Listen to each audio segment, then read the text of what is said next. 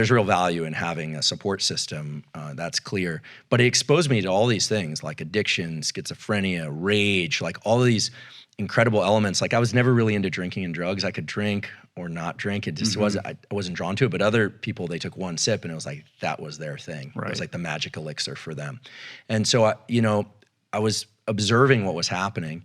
And then after that, that July 4th, 94 incident I realized this is it, it's now or never. It really was one of those moments. You hear about those moments, but it was me realizing I'm living in this squat where I've got a pet ferret, my girlfriend's gone, and then seeing all that dysfunction and realizing that the human animal is amazing at making plans, at modifying its brain if it wants to. But the human brain and the human animal are also dreadfully bad at doing what's best for us. Right.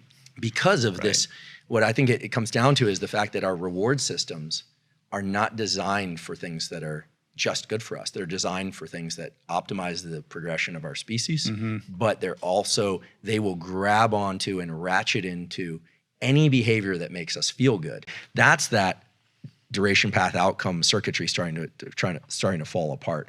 So I think that's an extreme example, but I think that short of having people buffer their lives with tons of activities and perfect nutrition and perfect social interactions, people learning to control their autonomic nervous system, I think, is really the next step in our species evolution. I really believe that what we are seeing now in the world is a call to arms, if you will, or a request from Mother Nature to have everybody learn how to control their autonomic nervous system a little bit better, or ideally a lot better. We're so distracted by our devices. We're more anxious and stressed and depressed than we ever have been before.